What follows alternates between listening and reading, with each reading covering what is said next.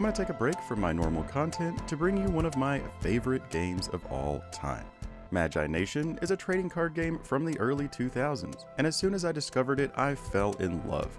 TCGs have always been one of my favorite style of game. I have played so many different ones, and I'm always disappointed that 90% of them are just clones of Pokemon or Magic. But this one always stood out to me. It is so super unique in its gameplay. And the most exciting thing that I have heard all year is that after over 20 years of it being out of print, the company that owns it started a Kickstarter and has raised almost $300,000 and is officially reprinting the game. I am so ecstatic about this. I mean, for the last 20 years, in the back of my mind, it's always like, man, I wish they would re-release Magi-Nation, but I know they never will. And then all of a sudden they do. And that just blows my mind, and I had to share the good news with all of you. Now, this video is not a how-to play, but I do want to go over some of the mechanics so that you can get a feel for what makes this game unique and what I fell in love with.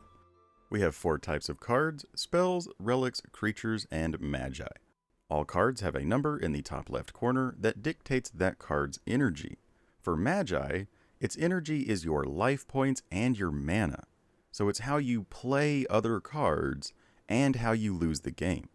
Magi also have an energize rate, which is how much energy you gain every turn, as well as being able to grab specific cards out of your discard pile or your deck whenever they come into play. Pair all of that with their unique effects and powers, and you end up with this dynamic foundation for deck building. Because even if 2 decks are the same, if they have different magi, they play completely differently. Then we have the backbone to most decks, which are creatures. Now, creatures' energy is their cost, their health, their attack, their defense, their energy reserves to use powers, everything all in one simple number. And because just one number represents so many statistics, you don't have these super OP chase cards that have like inflated attack just to make them better or more rare. So a card's value comes from how it interacts with your other cards. Whereas most other TCGs, it's just like, oh, this card has a big number printed on it, so it's good. Next up, we have relics, which are basically like equipment for your magi to give them more powers and effects. And we will talk about the software that I'm using later on, but one nice thing about it is that the person who made it included the card erratas. So if they change the text on a card at some point to balance the game, that's automatically included in this version. And finally, we have spells. Now, as you may guess, all of the other cards stay in play until they are destroyed or defeated. But spells, you just play them, pay their cost, do what they say, and then send them to the discard pile. So all in all, basically you have your magi spending energy to cast spells, investing energy to manifest creatures to fight alongside of them, and playing relics to give them more powers and more support. Most decks will consist of 3 magi, with an arsenal of at least 40 relics, creatures, and spells for those magis to use. So as a match progresses, it will end up looking something like this. Each player will spend energy off their magi to play their other cards, or to invest into manifesting other creatures who will then have their own energy. Energy on the field is all represented by dice since it's subject to change, which is always something I enjoyed, having dice all over the place. Then when creatures do battle, they subtract their current energy from each other. So this Hyren would lose 3 from the bird, and the bird would lose 7, which reduces its energy to 0. So the bird gets discarded, and the Hyren is left weakened. Now, when a Magi has no energy, he's not immediately defeated, because the energy in his creatures is like part of his soul. But if all of his creatures are dead, and he has no energy on the field, and no energy left on him, he is now defeated. He loses all of his relics, he gets tossed over to the side, and then on your next turn, your second or third Magi come into play.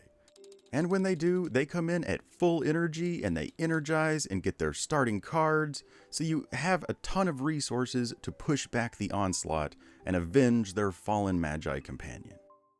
The software I've been using to showcase and to play this game recently is the Tabletop Simulator here on Steam. This thing is super awesome. You can basically play any board game or card game ever made, all for the low price of $10 to $20. It also has individual games that you can purchase in the form of DLC, but the biggest benefit of this is the Steam Workshop. Through this, people have made basically every game ever made. And if you can't find a game, you could make it yourself. It's super easy. Like at the push of a button, you can play Uno and Cards Against Humanity, The Game of Life, Catan, Clue, Monopoly. There are almost 90,000 games for you to download all for free and play on this tabletop simulator. Now, should this be a replacement for card games and board games? Definitely not. You should always support the actual developers and creators, and nothing beats the real-life experience. But maybe you have friends who live out of town or are going on vacation or something, and this will allow you to still play the tabletop games that y'all enjoy, even if you're not in the same room. So after downloading the Magi-Nation table, you will have access to every single card ever made. And so especially for card games, you can use this as like a deck builder test play thing. In real life, you would have to make proxies in order to test play a game or a deck. But with this, you can, just test play any of the cards you want to, see if you like the game, see if you like the deck, see if you like the cards, and see if you want to invest in it later on. And once you make a deck, you can save it as an object, and you can load that object into the game no matter what table you're on. You could be playing Monopoly with your friends, and then just pull out your Magi-Nation deck, or your Pokemon deck, or your Magic deck for that matter. And it has all of the tools that you will need to play all built in. You can shuffle a deck of cards, you can flip them over, you can draw them and move them around, you can use dice and tokens, you even have a player-specific hand that only you can see, so other players can't see the cards that you're holding. Now, even though it has all of the tools, most of these games are not scripted, meaning that you will need to know the rules and how to play. But you can move around, zoom in, make the cards bigger so that you can read them, all of these user-friendly tools to help make the experience as smooth as possible.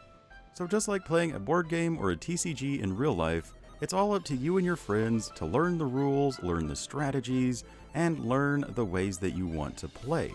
Now, some of these games are scripted, but I will say that even the scripted ones that I've played, it kind of takes away from some of the niceness. Like, it's cool to be able to set your cards around and to mess with the dice. It makes you actually feel like you're playing the game in your living room with your friends, battling Magi to see who's the last one standing.